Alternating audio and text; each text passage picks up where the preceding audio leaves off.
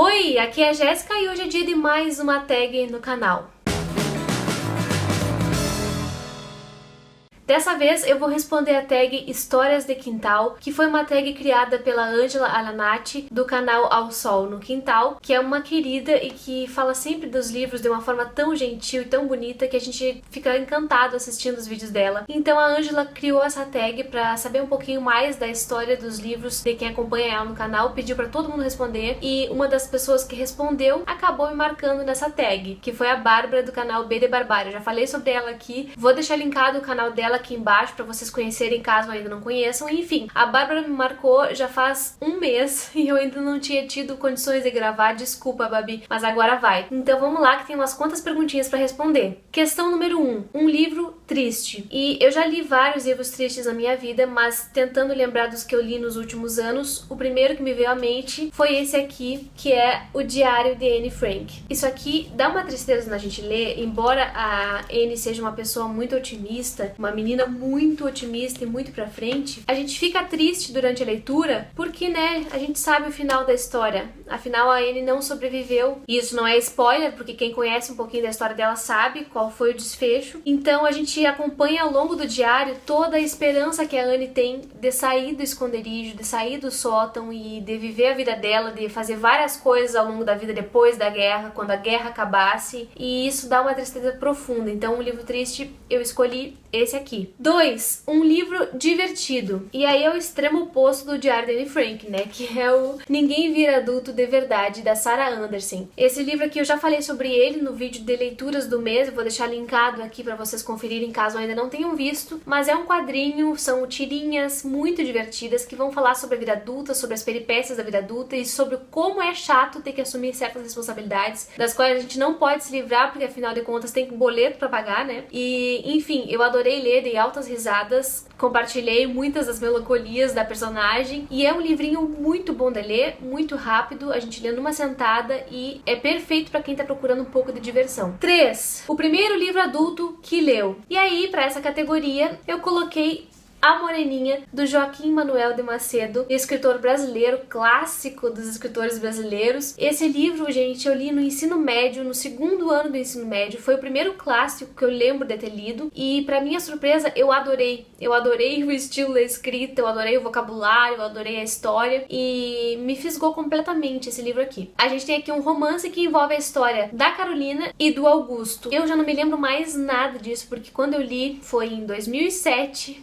Eu preciso reler esse livro, mas eu lembro que eu adorei e foi esse livro aqui que me fez escolher o curso de letras para graduação mais tarde. Então ele é o primeiro livro adulto que eu li e também, de certa forma, é um livro que mudou a minha vida. 4. Um livro que marcou a adolescência. E aí eu vou ter que repetir, porque eu já falei em alguma outra tag que eu não me lembro qual é, sobre esse livro aqui, que é O Diário da Princesa, ou A Princesa Espera, já não sei o título também, vou deixar a capa aparecendo aqui pra vocês, que foi o único livro jovem adulto que eu li durante a adolescência e que ficou martelando na minha cabeça. Eu queria ter toda a série, não tinha toda aquela história que eu já contei. Então fica aí O Diário da Princesa mais uma vez. 5. Melhor autor que a escola lhe apresentou. Então, além do Joaquim Manuel de Macedo com A Moreninha, que foi uma das coisas mais marcantes que eu li na escola. Outros autores que eu estudei também no terceiro ano do ensino médio foram autores que eu carreguei pro resto da vida. Por exemplo, Augusto dos Anjos, Vinícius de Moraes, Carlos Drummond de Andrade e outros tantos poetas que eu estudei por conta do meu professor de literatura do terceiro ano. Ele gostava muito de dar aula de literatura, ele preparava apostilas e ele fazia todo um festival de teatro como forma de avaliação no terceiro bimestre. Então tinha toda uma preparação, uma montagem de roteiro, ele movimentava toda a escola por causa disso e eram muito legais as aulas dele e por causa dele eu comecei a gostar cada vez mais de poesia, por isso eu citei aqui alguns poetas. 6. Um livro lido por causa de um crush. E assim, ler por causa de um crush da vida real nunca me aconteceu, porque os meus crushes da vida real nunca eram leitores, por incrível que pareça. Então eu vou falar de um crush que é mais atual e que é dono de um canal no YouTube, sobre o qual eu não vou falar absolutamente nada, mas entendedores entenderão.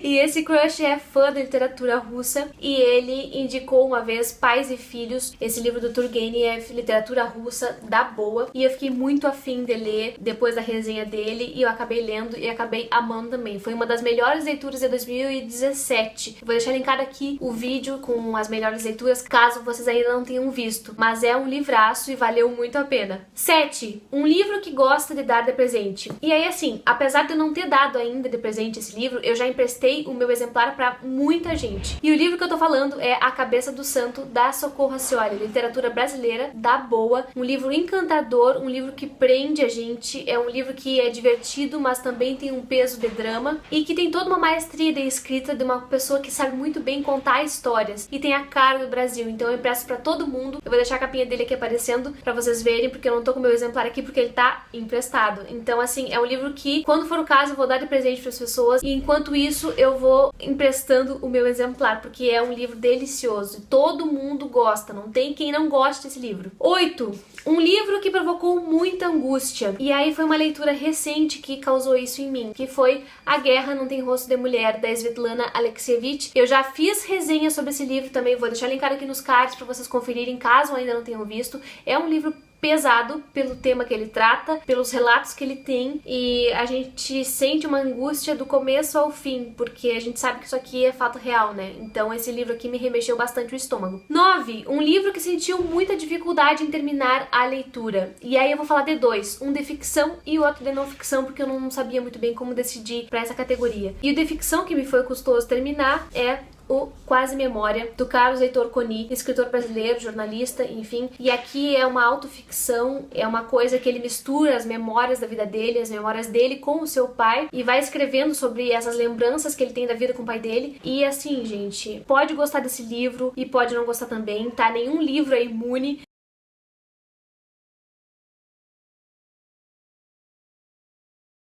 Livro é feito para ser lido e ser gostado ou rechaçado, né? Então, assim, esse aqui eu não gostei. As memórias que estão aqui não me atraíram, não tive empatia nenhuma pelos personagens, não aguentava mais arrastar essa leitura, mas foi difícil terminar. Já um livro de não ficção que foi muito difícil terminar foi esse aqui, ó. História, Ficção e Literatura, do Luiz Costa Lima. Esse tijolo de mais de 400 páginas. Isso aqui é teoria literária. Eu li durante o mestrado e a gente tinha que apresentar as partes desse livro em aula. No mestrado, pelo menos nas minhas aulas, a gente não tinha quase aula do professor, a gente apresentava as aulas praticamente. Então a gente tinha que ler, decifrar essa teoria e apresentar em aula pros colegas. Só que foi um parto, porque esse cara é super hermético, ele faz questão de ser difícil de ler, então ele escreve de uma forma toda rebuscada e ele é um cara extremamente erudito, ele vai aos gregos e aos latinos pra buscar as referências porque ele quer dizer. Então, assim, foi muito difícil, eu não vou negar que foi um parto isso aqui, só que eu tive que ler em 2 semanas, foi um horror, foi traumático. E por fim, número 10, um livro que foi divisor de águas na sua vida. E aqui, gente, eu vou falar de um livro que, apesar de ser literatura marginal,